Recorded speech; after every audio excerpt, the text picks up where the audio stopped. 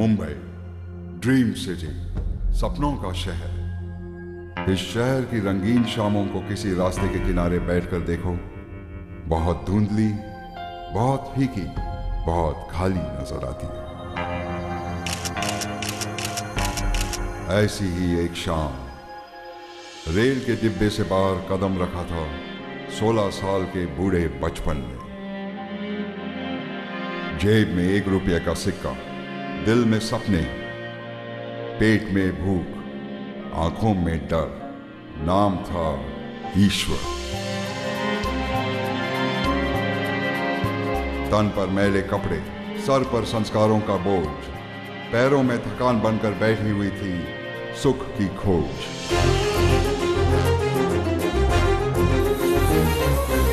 उस 16 साल के बच्चे ने कब मांगी थी शहर की सुल्तानी? बस मांगा था तो 2 निवाले खाने को और 1 प्याला पानी।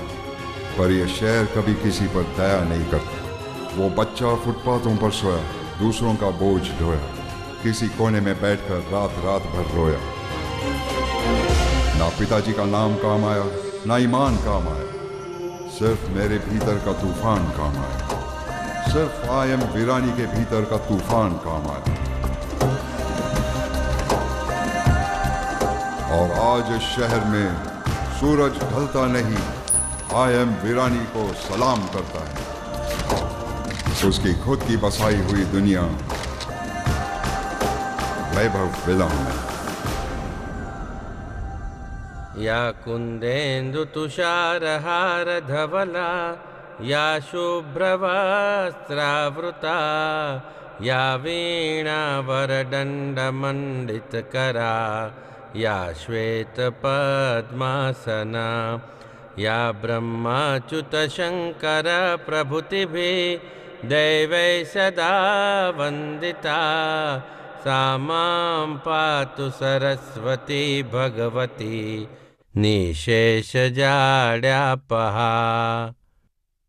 मास्तर,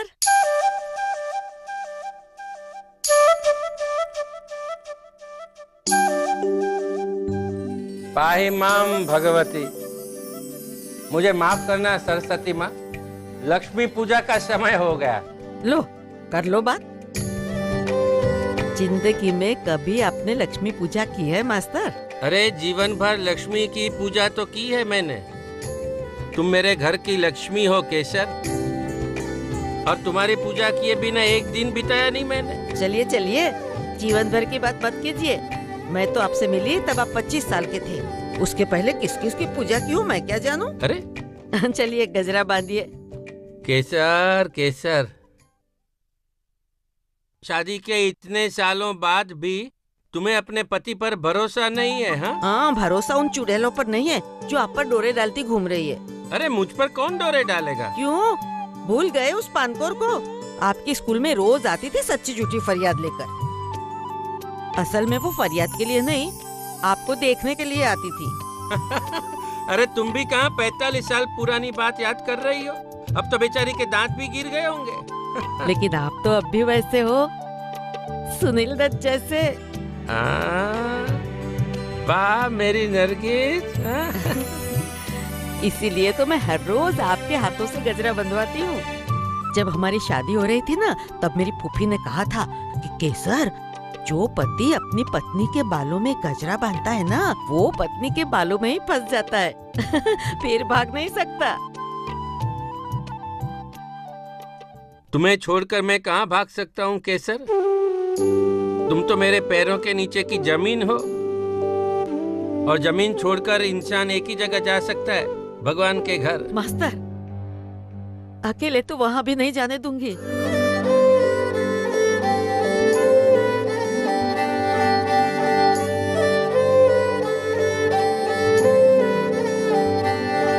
अरे वाह, एक फोटो खींच लेता हूँ, आप ऐसे ही रहो। हाँ हाँ छोड़ो ना, एक चाटा खाएगा मेरे हाथ का प्रवीण? क्या अब भी? अब तू अपने मास्टर काका को गांठिया खिला, मुझे काम है। ये लो काका, पकड़ो। हाँ, अब मजा आएगा। बैठो काका, आ जाओ, बैठो यहाँ। खोलो, गांठिया खाते हैं गर्मा गर्म। वाह, इसे कहते हैं सुख पवला। मांगरोल में थे जब तू और तेरा दोस्त ईश्वर इतने इतने थे, तब रोज सुबह धनजी हलवाई की दुकान से ईश्वर गांठिया लेकर आता था। क्यों केसर, याद है? हाँ हाँ। काका, ईश्वर को भी बुला लो। वो गांठिया नहीं खा सकता अब। गांठिया खाने के लिए दिल में रियासत चाहिए। एक ही मकान में रहते हैं, फिर भी अपने माँ बाप के साथ 15 दिनों में एक बार बात करता है, वो भी इंटरकॉम पे। मकान इतना बड़ा बनाया है कि एक जगह से दूसरी जगह जाने के लिए नक्शा लेकर घूमना पड़े। गौरव, गौरव रुको बेटा, दिन ब दिन तुम्हारी मस्ती बढ़ती जा रही है। यार बस तोड़ दिया। गौरव रुको, स्कूल जाने के लिए लेट हो रहा है। गौरव, गौरव वेट। अरे गौरव, क्या हुआ बेटा? देखिए ना बापूजी, स्कूल नहीं जाना। स्कूल नहीं जाना है? अरे मास्टर का परपोता होके स्कूल से दूर भागता है। हाँ, अरे स्कूल नहीं जाओगे तो पढ़ोगे कैसे? नहीं पढ़ूंगा। हाँ? अरे पढ़ोगे नहीं तो पैसा कैसे कमाओगे? नहीं कमाऊंगा। लो बोलो, ईश्वरलाल मोतीलाल वीरानी का पोता कह रहे कि वो कमाएगा नहीं। अरे भाई, कमाएगा नहीं तो खाएगा क्या? गाठिया खाऊंगा मगर स्कूल नहीं जाऊंगा। बेटे, तुम स्कूल क्यों नहीं जाओगे? मम्मी मुझको स्कूल छुड़ाती है। मेरे सारे फ्रेंड मम्मा बॉय करके छुड़ाते हैं। अच्छा राजवी, तू अब से गौरव को स्कूल छोड़ने मत जाना, बस। बा, मैं उसी ओर जा रही हूँ, इसलिए मैंने कहा कि मैं इसे छोड़ दूंगी। वैसे भी गौरव का स्कूल रास्ते में ही पड़ता है। हाँ, तुम्हें तो हर रोज स्कूल रास्ते में पड़ती है ना, क्योंकि हर रोज सुबह घर से निकलकर तुम्हें शॉपिंग मॉल जाना होता है ना। हाँ काका, मेरी फ्रेंड का फोन आया था। वो कह रही थी कि मलका में एक बहुत अच्छी डिजाइन आई है और वसाचे में एक बहुत अच्छी पर्स, जो अगर मैं नहीं लूंगी तो वो सोनिया ठाकरिया ले जाएगी। ये क्या कह रही पवला? काकी, वो हमारी समझ में नहीं आएगा। जा जा बेटा, तू पैसा खर्चा कर। अरे जो पैसा तिजोरी में बंद रहे वो रद्दी से ज्यादा कुछ नहीं। जाने से पहले एक बार तो ईश्वर से बात करवा दे, इंटरकॉम पर ही सही। लेकिन वो तो घर पर नहीं है। पापा जी, वैभव भाई और सिद्धार्थ तीनों जल्दी ही निकल गए। वो क्या है ना कि आज वैभव इंडस्ट्रीज लिमिटेड की एक बहुत बड़ी डील होने वाली है। बड़ी डील तो ईश्वर हर रोज करता है। What's the big deal? अच्छा गौरव बेटा, चलो चलो, स्कूल के लिए लेट हो रहा है। गौरव बेटा, एक बात कहता हूँ बेटा, तेरी मम्मी तुझे स्कूल छोड़ने आती है ना, तो उसे वो सुख का आनंद लेने दे। पता नहीं कल तेरी आवाज सुनने के लिए वो तरस जाए।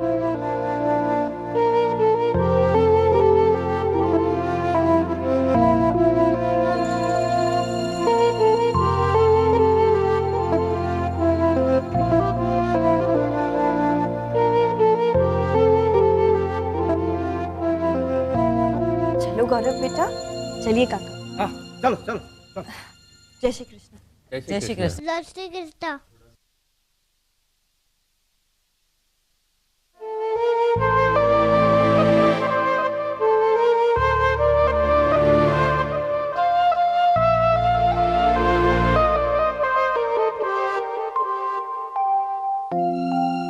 क्या सोच रहे हो मास्टर? केसर, मैं ये सोचता हूँ कि इंसान का घर या तो इतना बड़ा होना चाहिए कि पूरी दुनिया उसमें समा जाए, या फिर इतना छोटा कि एक परिवार भी उसमें मुश्किल से समाए। ये जो बीच वाला मामला है ना, इसमें सबको अकेलापन बहुत दुख देता है।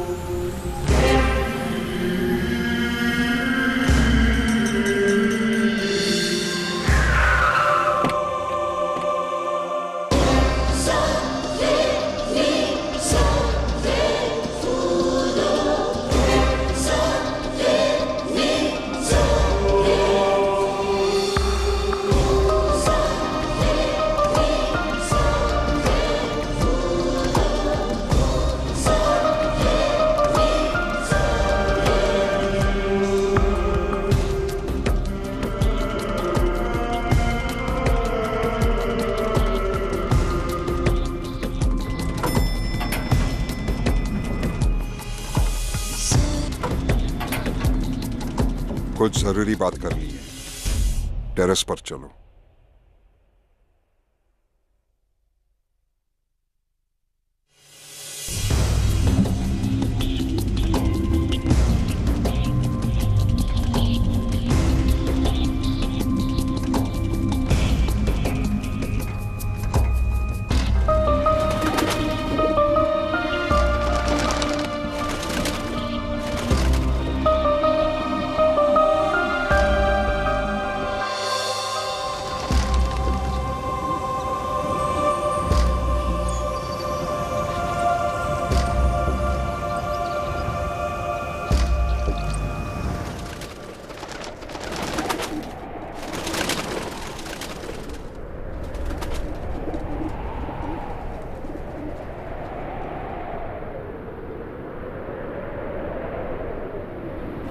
ये खूबसूरत नजारा दिखाई दे रहा है तुम दोनों को? एक वक्त था जब मैं वहां नीचे सड़क के किनारे खड़ा रहता था। उस वक्त मुझे ये शहर बहुत ही बदसूरत दिखाई देता था।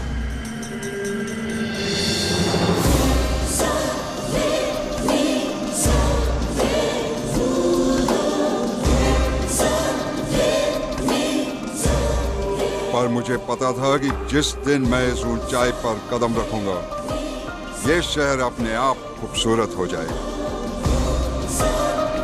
इंसान जिंदगी में कितनी देर तक चलता रहा, उसकी कोई अहमियत नहीं है। उसने कितनी ऊंचाई हासिल की, उसकी अहमियत है।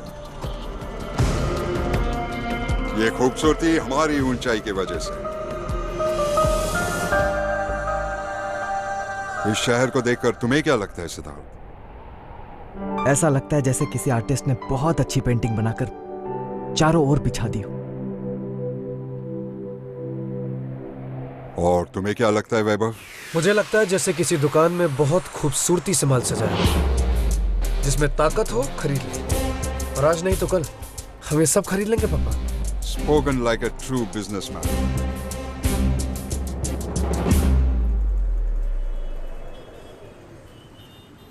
पर बिजनेस के साथ तुम्हें शादी की जिम्मेदारी भी उठानी होगी वैभव।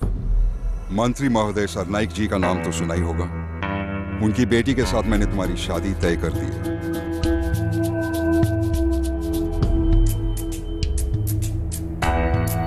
इस रिश्ते से तुम्हारे ड्रीम प्रोजेक्ट का रास्ता खुल जाएगा। लेकिन पापा, एक बार वैभव से तो पूछिए कि उसे कोई और लड़की तो पसंद नहीं, क्योंकि शादी के मामले में कभी भी कॉम्प्रोमाइज नहीं होना चाहिए। ये कॉम्प्रोमाइज नहीं, स्ट्रैटेजी है सिड। इसी बिजनेस स्ट्रैटेजी के तहत मैंने तुम्हारी शादी राजवी से करवाई, तो क्या तुम दुखी हो? नहीं पापा, दुखी तो नहीं हूं, लेकिन शादी के इतने सालों बाद भी हम समझ नहीं पाए कि एक दूसरे से बात क्या करें। बातें करने के लिए जो शादी करता है, उसकी जिंदगी में बातों के अलावा और कुछ नहीं होता सिड। तुम्हें क्या लगता है वैभव? मैं किसी के प्यार में हूं पापा, और उसका नाम है वैभव इंडस्ट्रीज, और उसके लिए मुझे जो भी करना पड़े मुझे मंजूर है। That's my boy. चलो, मीटिंग का वक्त हो गया है। लेकिन पापा, एक बार प्लीज मम्मी से पूछ लीजिएगा कि उन्हें ये रिश्ता मंजूर है या नहीं। तुम चारुलता की चिंता मत करो सेठ। उसे जितना भरोसा उस ईश्वर पर है, उससे भी ज्यादा भरोसा इस ईश्वर पर है। वो जानती है कि मैं जो भी करूंगा उसमें मेरे परिवार की जीत ही होगी।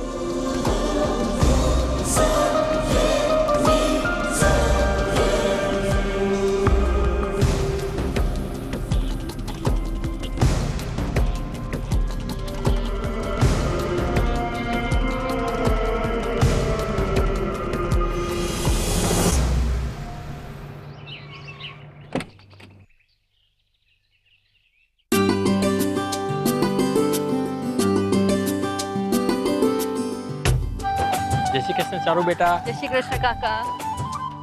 जय श्री कृष्ण चारुलता बेटा। जय श्री कृष्ण मासी। जय श्री कृष्ण। मैंने कुछ फूलों वाले पौधे मंगवाए हैं, वो कॉरिडोर में रखवा देना। जी मैडम। बुजुर्गों के जीवन में जितने भी रंग भरे जाए वो कम है ना? और देखो, जो मजदूर पौधे लेकर आए ना, उन्हें ये पैसे दे देना, ठीक है? Yes madam. जय श्री कृष्ण। जय श्री कृष्ण। जय श्री कृष्ण। केम छो? अच्छा, रेलिंग का काम हो गया? जी मैडम, लगभग खत्म होने आया है। और बाथरूम में भी रेलिंग लगवा दी है ना? यस मैडम, रंग करना बाकी है सिर्फ। ये अच्छा काम हो गया। पिछले महीने जब अम्मा मौसी फिसल कर गिर गई थी, तब से मुझे इन सब की बहुत चिंता रहती है। ऐसा हादसा फिर से नहीं होना चाहिए। चारो बेटा, कैसी हो तुम? मैं ठीक हूँ, आप कैसी हो? अच्छे हैं बेटे, अच्छे हैं। मैंने कुछ ब्लैंकेट्स और चादरें मंगवा ली है। तुम दवाइयों का स्टॉक चेक कर लेना। और हाँ देखो, कोई भी चीज कम नहीं होनी चाहिए। आप किसी चीज की कमी रहने ही नहीं देती है मैडम। यहाँ रहने वाले सब लोग यही कहते हैं कि जो सुख और आराम उन्हें जीवन भर नहीं मिला, वो उन्हें बुढ़ापे में मिल रहा है। मैं ये सारी चीजें उनके सुख के लिए नहीं कर रही हूँ, अपने सुख के लिए कर रही हूँ। अरे हाँ, आज देश पांडे काका का बर्थडे है, याद है ना? जी मैडम, उनकी पोती आई है केक लेकर।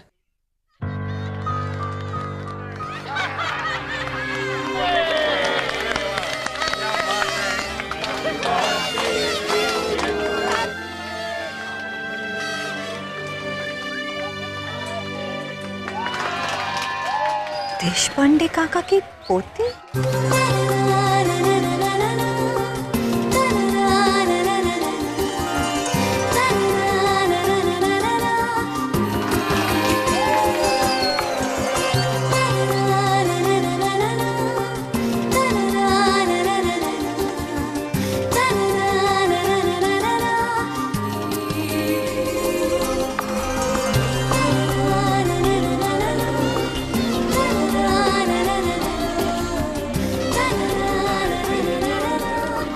एक्सक्यूज मी, आपको मैडम बुला रही हैं।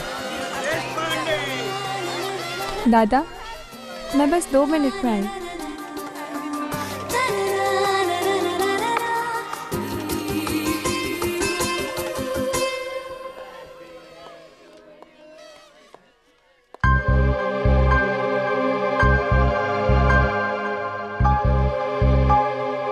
बैठो।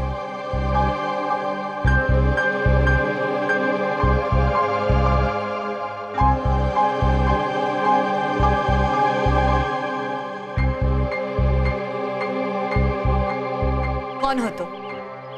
मैं देश पांडे जी की पोती हूँ। झूठ बोल रही हो तुम। देश पांडे काका को उनके परिवार वालों ने घर से बाहर निकाल दिया था। अगर कोई उन्हें यहाँ छोड़ने नहीं आता तो शायद मुंबई की सड़कों पर उनकी मौत हो जाती। और मैं नहीं मानती कि उनके वो परिवार वाले अब उन्हें यहाँ मिलने आए। तो सच बताओ, तुम कौन हो?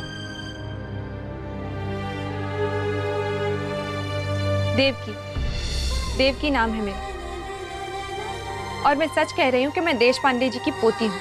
और ये भी सच है कि मैं उनके परिवार वालों को नहीं जानती। जो लोग अपने घर के बुजुर्गों को घर से बाहर निकाल दे, ऐसे लोगों को मैं जानना भी नहीं चाहती।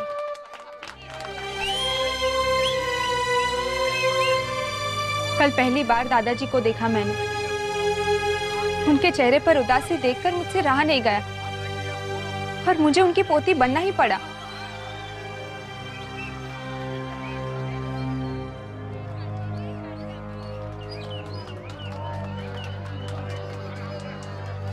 बैठो।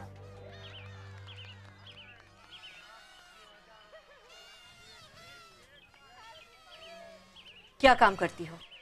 मैं अभी अभी लंदन से पढ़ाई करके लौटी हूँ और राइजिंग ग्रुप के लिए काम करती हूँ। आज उनकी ओर से मुझे एक बहुत बड़ी डील करने जाना है, मेरी जिंदगी की पहली डील।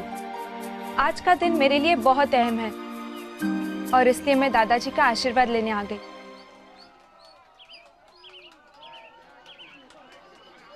तुम्हें लगता होगा कि तुमने अच्छा काम किया है, लेकिन तुम्हारी सोच गलत है। ये लोग अकेले हैं, बीमार हैं, परिवार के प्रेम के भूखे हैं, पर ये लोग भिखारी नहीं हैं। तुम तो इनको प्यार के 2 टुकड़े डालकर कल भूल जाओगे, पर देशपांडे काका पल पल तुम्हें याद करेंगे, तुमसे मिलने की जिद करेंगे, और जब सच्चाई उनके सामने आएगी तब उन्हें कितना दुख होगा, ये सोचा है तुमने? मैंने अपना फोन नंबर दिया है दादाजी को। वो जब भी बात करना चाहेंगे मैं उनसे बात कर लूंगी, और जब भी मिलना चाहेंगे तो मैं अपना सारा काम छोड़कर उनसे मिलने आ जाऊंगी।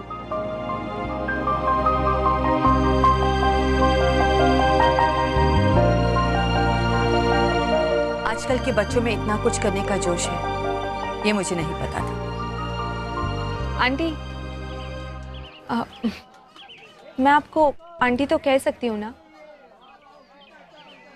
आंटी, वक्त के साथ शायद कुछ रंग ढंग बदलते होंगे, लेकिन इंसान तो वही रहता है।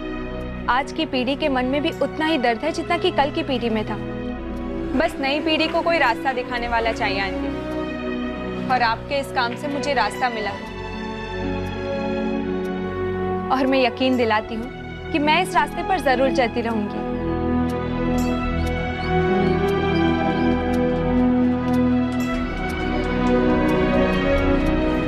अगर तुम इसी तरह इन बुजुर्गों के चेहरे पे मुस्कुराहट लाती रही ना बेटा, तो मेरा आशीर्वाद है कि जीवन में कामयाब होने से तुम्हें ईश्वर भी नहीं रोक सकता। ये हमारा अगला बड़ा कदम है। मुंबई फ्लो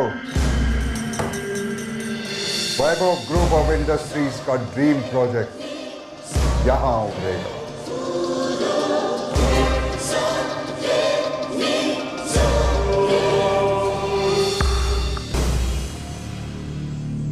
ये है वैभव तेज, भारत का पहला तैरता होटल।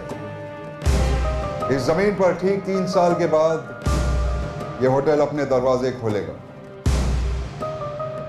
यह जमीन सरकारी है और सरकार इस जमीन को नीलामी से बेचने वाली है, और यह नीलामी माननीय मंत्री सरनाइक जी के जरिए होगी। और सरनाइक जी के साथ तो हमारे बहुत ही गहरे ताल्लुकात हैं। मंत्री महोदय सरनाइक जी का नाम तो सुना ही होगा। उनकी बेटी के साथ मैंने तुम्हारी शादी तय कर दी है। पापा, यू आर अ जीनियस। मुझे यकीन है कि अब तो ये प्रोजेक्ट बनकर ही रहेगा। तुम्हारा क्या कहना है सिद्धार्थ? मुझे ऐसा लगता है कि राइजिंग ग्रुप हमारे इस प्रोजेक्ट को रोकने की कोशिश करेगा, क्योंकि उन्होंने लंदन बिजनेस स्कूल के टॉप ग्रेजुएट्स को जॉब पे रखा है। ये मत भूलो सिद्धार्थ, लंदन बिजनेस स्कूल में मिस्टर आयम वीरानी के बिजनेस करने का तरीका सिखाते हैं, और ऐसे 1000 ग्रेजुएट्स मिलकर भी पापा को हरा नहीं सकते।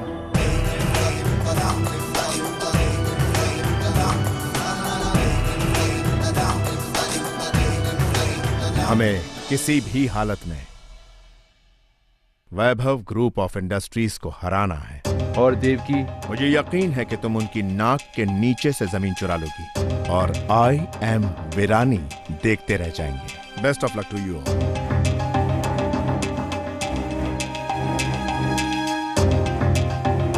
आई am Virani.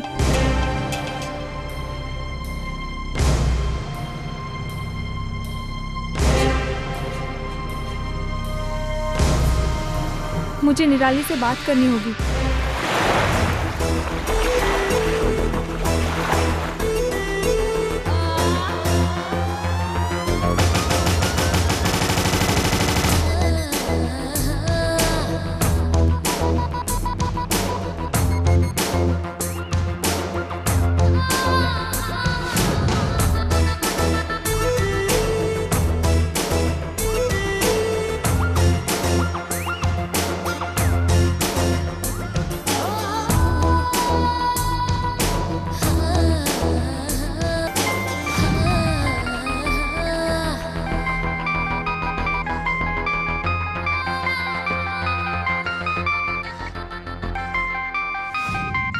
Devaki?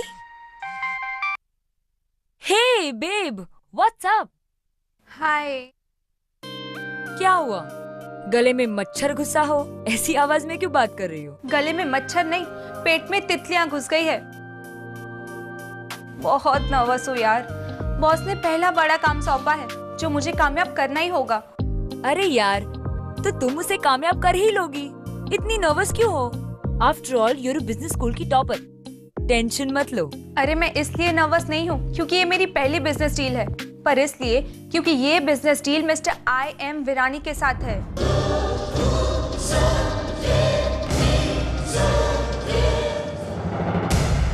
Relax Devaki. अरे विरानी हो या इंग्लैंड की रानी हो, तुम कामयाब होकर रहोगी। इसलिए चलो अब सब टेंशन छोड़ दो और मेरे नाम की 108 माला जप लो। क्या? अरे हाँ बाबा, सब ठीक हो जाएगा। तेरी डील क्रैक हुई ना तो तू मुझे ईरानी होटल में चाय पिला देना, और अगर तेरी डील क्रैक नहीं हुई तो साथ बैठकर हम गलत कर लेंगे। मैं तुझे ईरानी में एक चाय पिला दूंगी और साथ में बन मस्का भी खिलाऊंगी। बस चल अब टेंशन मत ले and cheer up. All the best. Thanks यार, शाम को मिलते हैं। Okay bye.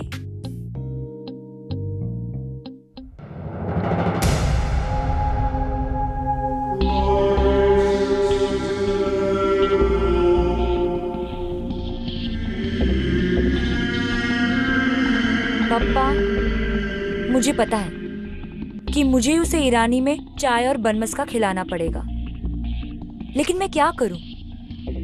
देवकी मेरी सबसे अच्छी दोस्त है, फेसबुक फ्रेंड से जिगर जान फ्रेंड बन गई है, और मैंने उसे अब तक नहीं बताया कि मैं कौन हूं। लेकिन मैं क्या करूं पापा, मैं देवकी जैसी अच्छी दोस्त नहीं खोना चाहती। इसलिए प्लीज प्लीज प्लीज उसे हराओ तो भी थोड़ी दया, थोड़ा कंपैशन दिखाना प्लीज। बिजनेस में दया और कंपैशन के लिए कोई जगह नहीं। बिजनेस में कामयाबी का मतलब दूसरों को झुकाना। इस शहर में बिजनेस एम्पायर खड़ा करने के लिए चीते की रफ्तार और शिकार दबोचने की ताकत होनी चाहिए।